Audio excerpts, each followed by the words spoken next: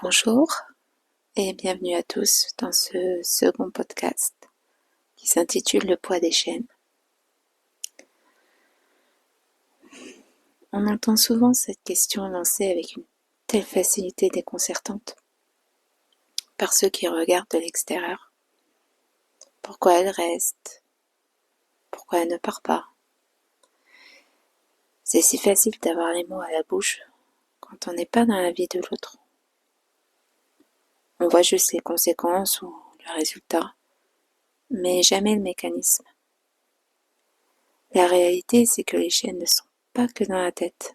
Elles sont dans le loyer, le regard des autres, qui nous jugent la plupart du temps. Et dans cette peur viscérale du lendemain, quand on n'a ni économie, ni filet de sécurité, ni famille. C'est tout un paradoxe. On a la force, on a la volonté, et on a cette rage de s'envoler. Vous savez, un peu comme Hulk, pleine de colère, et on a envie de hurler, de crier, de tout démolir, tout casser. Mais le système, lui, il nous rappelle sans cesse que la liberté a un prix. Et qu'est-ce qu'il est cher, ce prix? Et parfois, ce prix, lui, il demande de revenir vulnérable. Aujourd'hui, dans l'Isis, on va parler de ce qui fait de ces chaînes qu'elles soient si difficiles à enlever et de la violence invisible du choix. Quitter, partir, vraiment tout plaquer. Libre. Ouais, être libre. Qu'est-ce que c'est magnifique comme sensation. Je pense qu'on a tous à un moment de notre vie pensé à ce sentiment, cette sensation, cette émotion qu'on peut ressentir. Vous savez, comme si on enlève un poids sur nos épaules qui est tellement lourd et que quand on l'enlève, waouh, on se sent tout d'un coup si léger, comme un fardeau en fait. Et on l'a enlevé et ça devient tellement léger, tellement simple.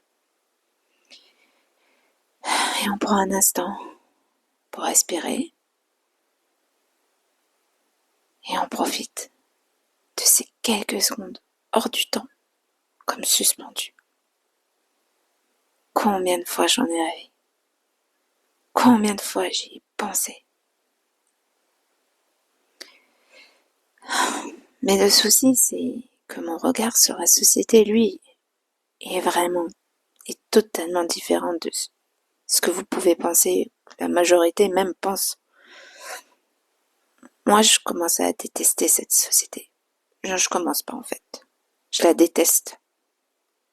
Je déteste cette société dans laquelle j'évolue.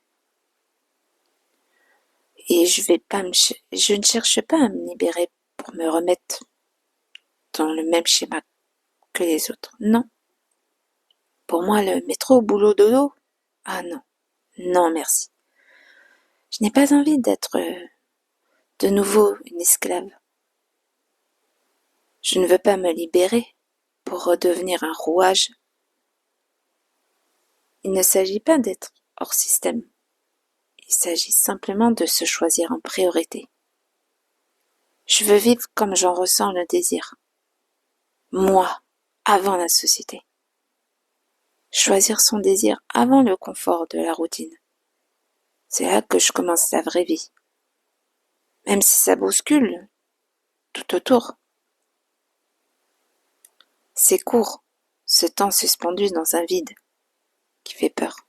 Oui, ça fait peur.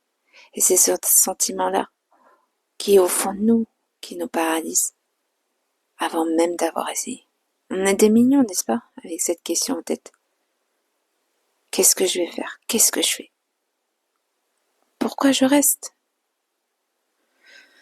Alors que si je passe le pas, si je saute le cap ou si je fais ce petit bout de pas, qu'est-ce que je vais devenir? Qu'est-ce que je vais faire? Mais pourquoi je reste alors que ma vie serait tellement mieux?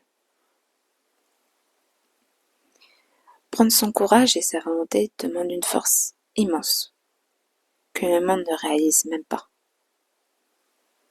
Sauter le pas, c'est accepter de se retrouver face à soi-même. Et oui, c'est terrifiant. Ah oui, ça fait peur. Alors, à tous ceux qui sont actuellement dans ce sas, qui s'apprêtent à briser ce cercle quotidien qui est la routine, ben, sachez que vous avez tout mon soutien. C'était l'Isis. À bientôt.